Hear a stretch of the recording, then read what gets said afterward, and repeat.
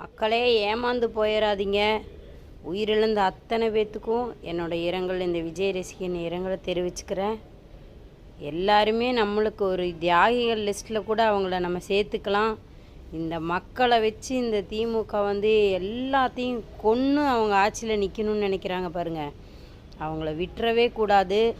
கொஞ்சம் உஷாராக இருங்க, டென்ஷன் ஆகாதீங்க, பொறுமையாக இருங்க. அவங்களுடைய ஆத்மா சாந்தி அடைய நம்ம எல்லாமே பிரார்த்திப்போம். கூட்டங்களுக்கு எப்பவுமே குழந்தைகளை கூட்டிகிட்டு வராதிங்க, வயதானவர்களை கூட்டிகிட்டு வராதிங்கன்னு சொல்லி அண்ணன் எத்தனையோ முறையோ சொன்னார். யாருமே கேட்கல.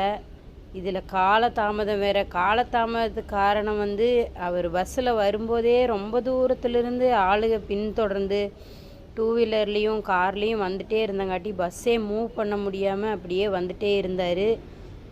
ரொம்ப நேரமாக பஸ்ஸு வந்துகிட்டே தான் இருக்குது. எத்தனையோ அனௌன்ஸ் பண்ணி நம்ம தொண்டர்கள் கேட்கவே இல்லை. எல்லாம் கொஞ்சம் பின்னாடியே ரசிகர்களும் தொண்டர்களும் வந்துகிட்டே இருந்தங்காட்டி ஒன்றுமே பண்ண முடியாமல் பொறுமையாக தான் ஊர்ந்து அந்த வண்டி வந்துக்கிட்டே இருந்தது. அவர் நம்மளையெல்லாம் பார்க்குறக்கு ஆர்வமாக தான் வந்துட்டு இருந்தார். ஆனால் அவர்னால அந்த கரெக்டான டைமுக்கு வர முடியல. இந்த நாள் 2 மீட்டிங் இருந்தங்காட்டி அங்கேயும் போய் ஊறி போய் அங்கே இருக்கிற நாமக்கல்லில் இருக்கிற மக்களை பார்த்துட்டு அங்கேருந்து இங்கே வரக்குள்ளே இருட்டிருச்சு. இதே நேரத்தில் பார்த்திங்கன்னா கரண்ட்டை வேறு கட் பண்ணி விட்டுட்டாங்க இந்த ஆளுங்கட்சிக்காரவங்க. அண்ணன் பேசும்போது மைக்கில் சவுண்டு கேட்கல. அதுக்கப்புறம் பார்த்திங்கன்னா தண்ணி இல்லை அப்படின்னு ஒரு வார்த்தை பேசுகிறக்குள்ளே கீழே மயங்கி விழுகிறாங்க. தண்ணி கொடுங்கன்னாரு. தண்ணி கொடுத்து திரும்பி 2 வார்த்தை பேசுகிறக்குள்ளே அங்கங்கே மயக்கம் அடைஞ்சிட்டு இருந்தாங்க. அதுக்குள்ளே 2 ஆம்புலன்ஸ் வேறு உள்ளே வந்துருச்சு.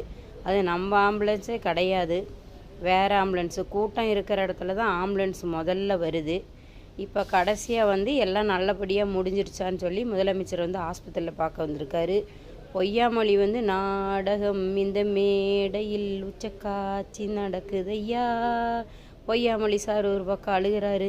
நம்ம மேக்கப் போட்ட இவர் பாட்டிலுக்கு 10 ரூபா, பாட்டிலுக்கு 10 ரூபா.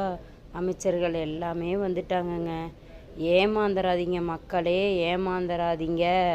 நல்லா ஆழ்ந்து யோசிங்க. மக்களை கொன்று ஆட்சியில் நிற்கிறன்னு இந்த திமுகவை நம்ம விடவே கூடாது.